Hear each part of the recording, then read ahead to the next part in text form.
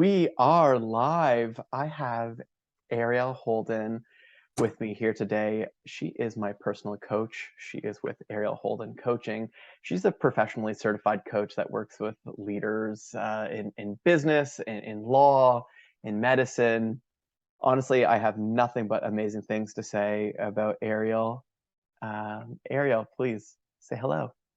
Thank you for having me today. This is very exciting. I've only seen these videos from the other side and from when they started out as that original idea on one of our long walks. So And this is very cool to be part of it. and now you're seeing a little bit behind the curtain, so to speak, here. Yes, the great and powerful Oz, if you will. So, Ariel, do you want to just briefly give us a little synopsis of what it is that you do? Sure. What's a really simple way? A really simple way is I make people uncomfortable. And I do this by challenging them where they are so that they can actually step beyond that. Most people's biggest obstacle is themselves in one way or another. And so what we do is we look at, okay, if it wasn't there, what would then be possible? And then we keep pushing forward. So I work with really motivated individuals such as yourselves, and we go for big results. I mean, look at where you started to where you are now. So that is a testament to how hard you have worked to get to where you are. Thank you very much. I definitely have worked hard, and you definitely do push buttons. And if nothing else, I am definitely always the one in my own way, which is tons of fun. But that is the name of the game here. So I thought we'd sort of turn things around a little bit and talk about some of the process and some of the things that we've worked on, and much to the betterment of clients, and what sort of we can expect there. So maybe the floor is yours. Sure. So when we talked about this the other day, it was a great idea that we flip the switch and we highlight you, because you are so good at highlighting everybody else and bringing to light different experts in different areas. And oftentimes the only person that gets left out, who we all want to hear more from, is you. So Lani, you are in the hot seat today. So I hope you're feeling good, but we're going to get uncomfortable and ask some questions to really allow people to see who you really are and to see how it is that you work. Thank you. Yeah, I think that's perfect. So why don't we start? Let's start with a fun game. And for the record, he did not know this is coming. Let's start with a game called Two Truths and a Lie. Okay. And the reason we're doing this is because Lani is a man of the people. And so let's get to know him a little bit better. So Lani, you have one shot at this. Two truths and a lie. It is our job to guess the truth, or I guess the lie. I really wasn't prepared for this. So bearing in mind, trying to be somewhat creative and fun here.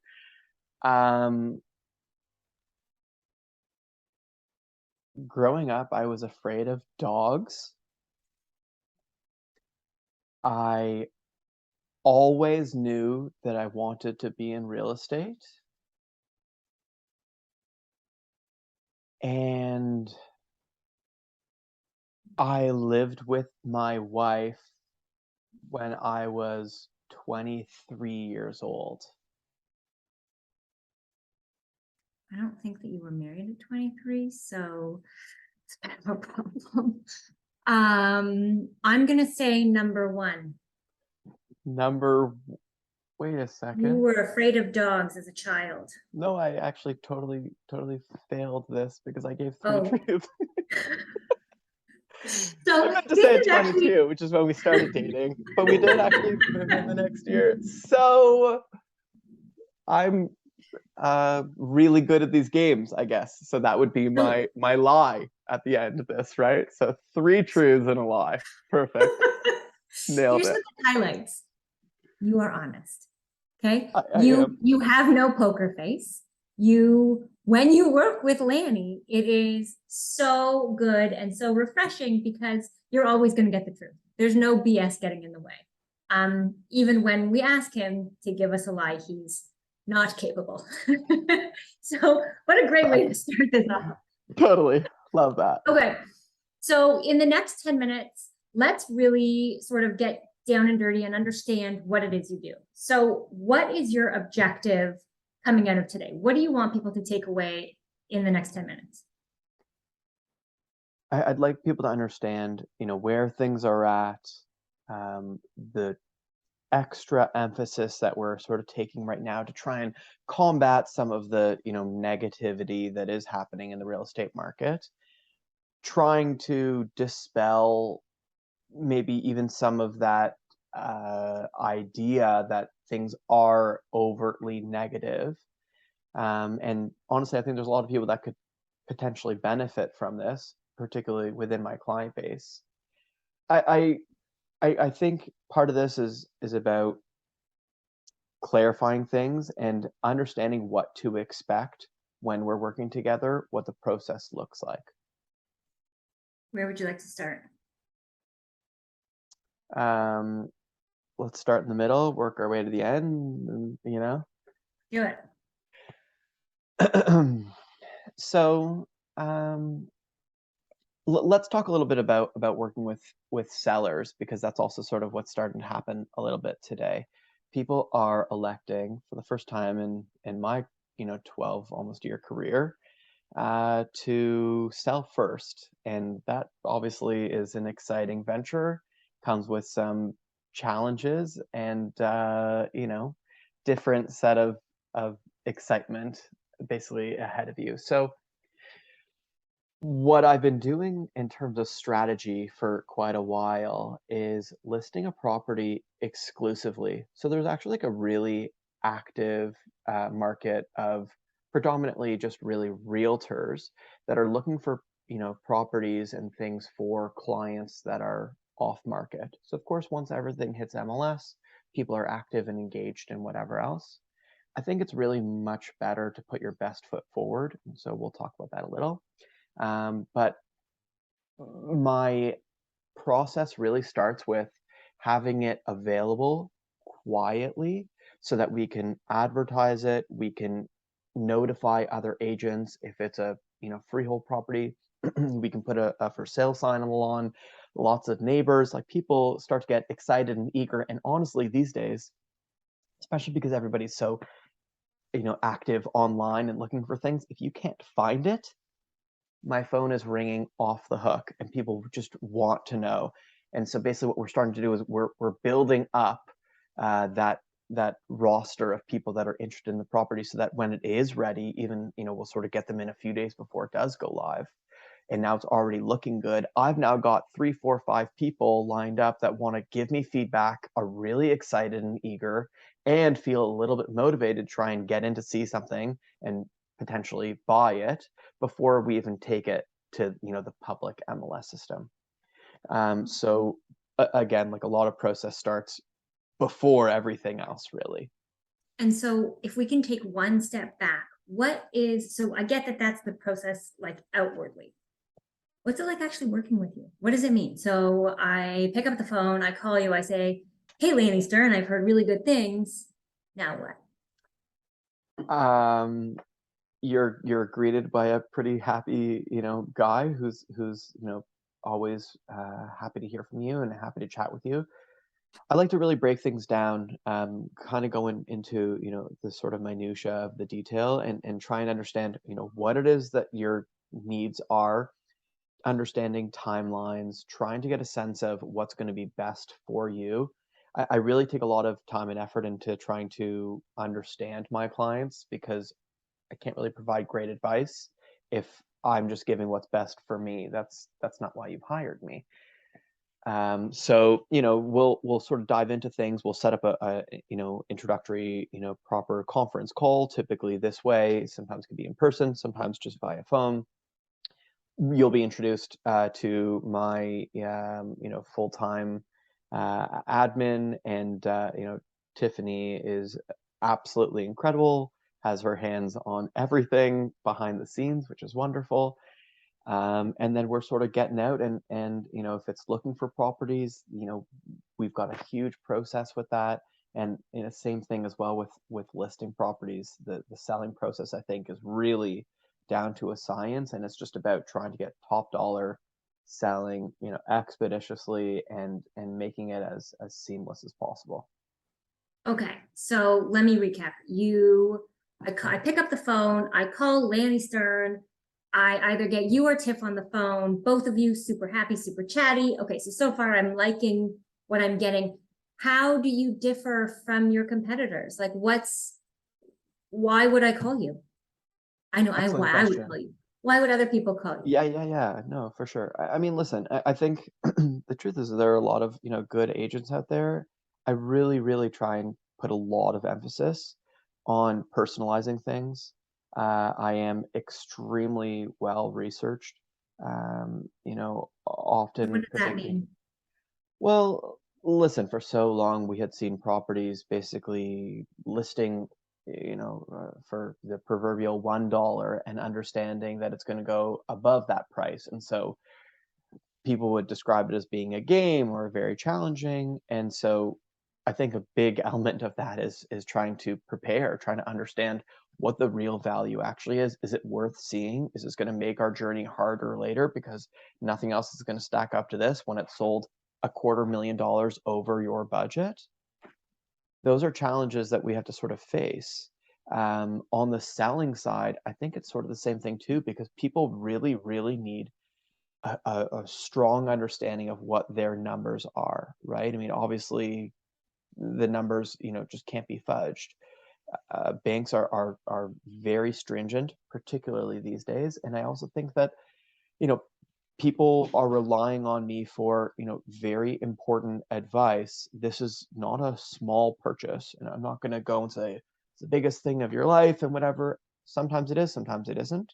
I have a number of very well-to-do clients that maybe this is a really small element of their portfolio. The truth of the matter is it still is, in terms of magnitude, a very expensive purchase, and something that you want to be extremely thorough and well researched on. That's So what I'm here to do.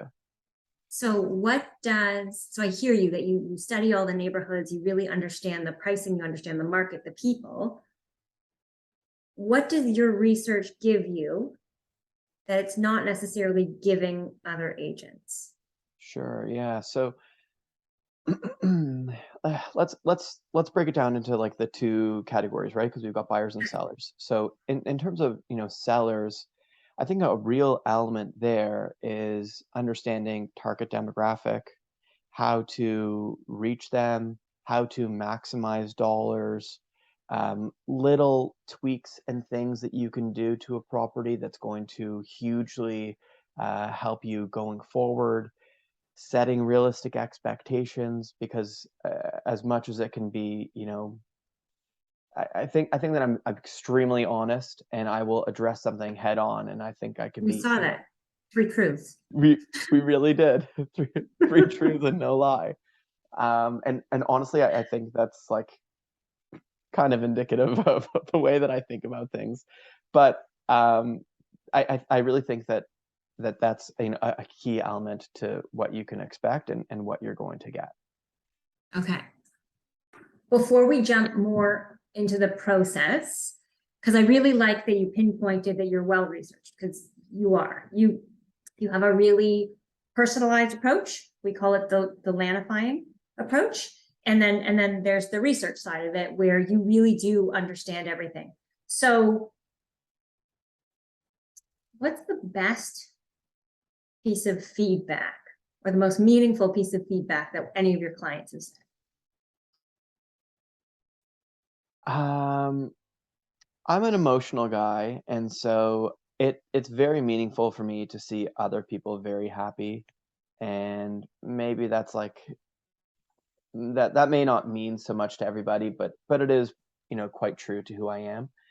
Um, the best thing for sure I'd say is being referred to the family member or the best friend of the client that I've just worked with who's super eager, and the friend calls me up immediately and they'll tell me like, oh, like I was just told I have to call you. Forget everyone else. Yes, my aunt's a realtor, but screw that. I heard the best things from so and so, and we are over the moon. Like, we just saw this property. What do you think? Let's talk about it. And that's a huge compliment because I really try to stay engaged and stay involved in my clients' lives as they are mine, honestly. But that's a huge warm, fuzzy feeling that I get for sure. It's good. So before we move on more into the process or into understanding the market and the negativity currently surrounding it, is there anything else that you think is important that people know about you? Um, it's not really like a facade. I mean, I think that I am pretty real. I tend to wear my heart on my sleeve, but I'm also pretty fiercely loyal. I really fight tooth and nail for my clients in a lot of different ways. Like, it's objection handling, which, when you're listing properties and people start telling you about, well, you can see this and this is the problem here and the electrical, and of course, but it's really about understanding how to sort of flip the script and improve their perspective so that they're not trying to chop something down, and instead of trying to really deduct dollars off of their price, it's a lot more of an emotional thing. And I think as pragmatic and like sophisticated as the approach is, I also think that being an emotional being really does benefit my clients as well, because you really have to understand what's going to motivate somebody, what's going to drive them into, competing. I mean, you get 2, 3, 7, 15 competing offers on a property, then you send them back because you got 4 of them that are close to one another. You're going to keep going, and it's really like there's something that's making this person want to do it, and it's not just, even if it's a condo and it's a box in the sky and it's priced on a per square foot basis, we're consistently getting record numbers because there is absolutely an emotional element that is very challenging to quantify, that I think the proof is in the pudding. This is something that we've done historically and continue to do, and so when you've got a trend, I mean, I think that's proof. I mean, who doesn't like pudding? Absolutely right. Okay. I love that. And I think that that was a really good encapsulation of who you are. Thank you. So let's jump in. You touched on there's some negativity going around. There's some misunderstandings going around with the market right now. In like one line, can you summarize it for us? What does that mean? Sure. As rates go up, so too does the monthly spend that a homeowner will be taking on. And so as we're looking at, increasing interest rates, which specifically, I think right now we're talking about variable rates. The variable rate increasing means that more of your monthly spend is allocated towards interest. Um, for a very long time, it was at historically low numbers. And so today, even though things have shot up, it still is actually quite a bit below long-term averages. So what does And that mean? Explain that in its most simplest form. Will I be paying more money? If I am a brand new buyer, will I be paying more money for a house? yes and no. So the real interesting, I think proper breakdown, I would say, is that you're probably spending less out of pocket because prices have taken a step back, and the amount of money that you're spending in interest is going up. So the total effect, I think, right now is that you're probably less out of pocket. However, the strict investment side of things, the amount that you're spending that's going to the bank for the right to carry that mortgage is greater. So your total spend, if it was, let's just use easy numbers, if it was $5,000, today might be 4,000, but you might be spending 1,300 of your 4,000 towards interest, whereas previously it might have been 1,000 of your 5,000. So my answer is basically yes and no. I think that the strict like investment side of things, in terms of cash flowing, I think is a lot easier, particularly if you're an investor, where rents have gone up a lot as well. What kind of tips do you have for a first-time buyer? Great one. So it's going to come back down to obviously the specific person and whatever qualifying statements, but there's a few things that I'd like to try and hammer home. It's not lost on me that the cost of moving is pretty high. There are friction costs, right? You pay commission. In our fair city, you pay quite a bit of money in land transfer tax. So you can definitely expect, the 8 to 10%, depending on purchase price and so on, um, of friction costs, as I said, once you're, transitioning from house A to house B.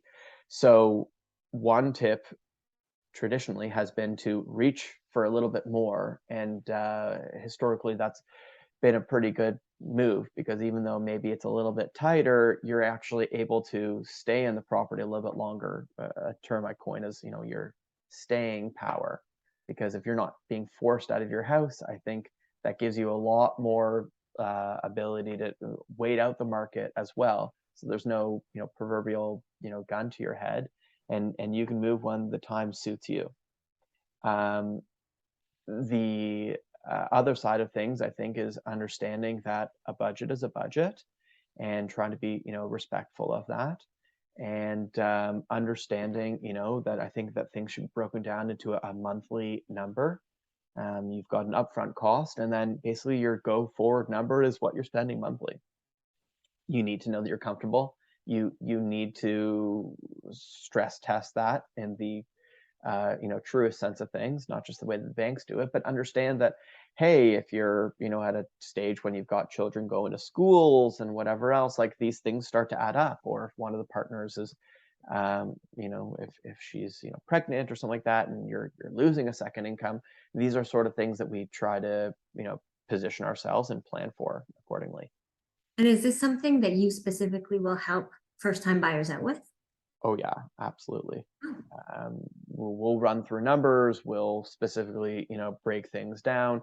We've got, mortgage brokers whose job this is, but I think a lot of it is sort of putting it into real context, talking layman's terms, and just trying to understand like what's the best way for me, and where are you comfortable taking an inch, and where you want to sort of hang back and understand like, hey, that's not my comfort zone, and I don't want to do that.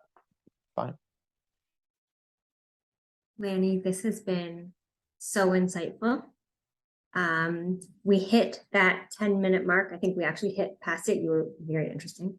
But I love that we did a spotlight on you today. And I love that we hit on how you run things, how you approach your people, how you approach your clients, how you manage them, and how you really help people along the way. So thank you for having me. This was really fun. I'm so glad that I got to have me on the show. Yeah.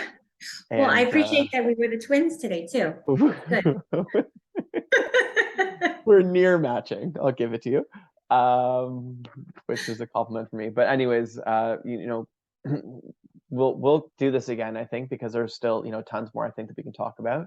Yeah. But I also just want to say, how wonderful your coaching has been, and all the great instances that it's helped me, and anybody that is looking to sort of up what they do and improve upon themselves, in terms of, personal and professional life. Arielle is a fantastic resource, and I would definitely give a glowing review. You have won 7 times up to my life, and I'm so appreciative. Thank you. Anytime and always. Perfect. Okay, Thank everybody. you. Talk soon.